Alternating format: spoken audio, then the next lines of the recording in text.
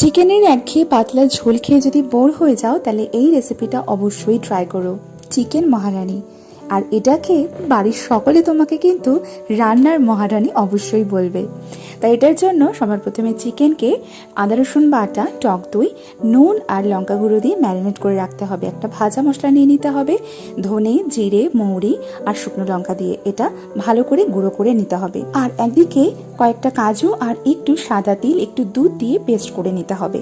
কড়াইতে তেল নিয়ে কুচনো পেঁয়াজগুলোকে ভেজে নিয়ে তার মধ্যে কুচনো কাঁচা লঙ্কা, আদা রসুন বাটা দিয়ে আরও একটু ভেজে নিয়ে নুন আর চিনি স্বাদ মতো দিয়ে ম্যারিনেট করে রাখা চিকেনগুলো দিয়ে আরও একটু কষে নিতে হবে। এরপর আগে থেকে গুঁড়ো করে রাখা ভাজা মশলাটা 2 চামচ দিয়ে আরও একটু নেড়ে চেড়ে ঢাকনা দিয়ে কিছুক্ষণ রান্না করতে হবে। এরপর ঢাকনা তুলে যে কাজু আর সাদা তিল পেস্টটা করে রেখেছিলাম সেটা দিয়ে আরও কিছুক্ষণ রান্না করতে হবে। এরপর চেরা কাঁচা লঙ্কা, কাসুরি মেথি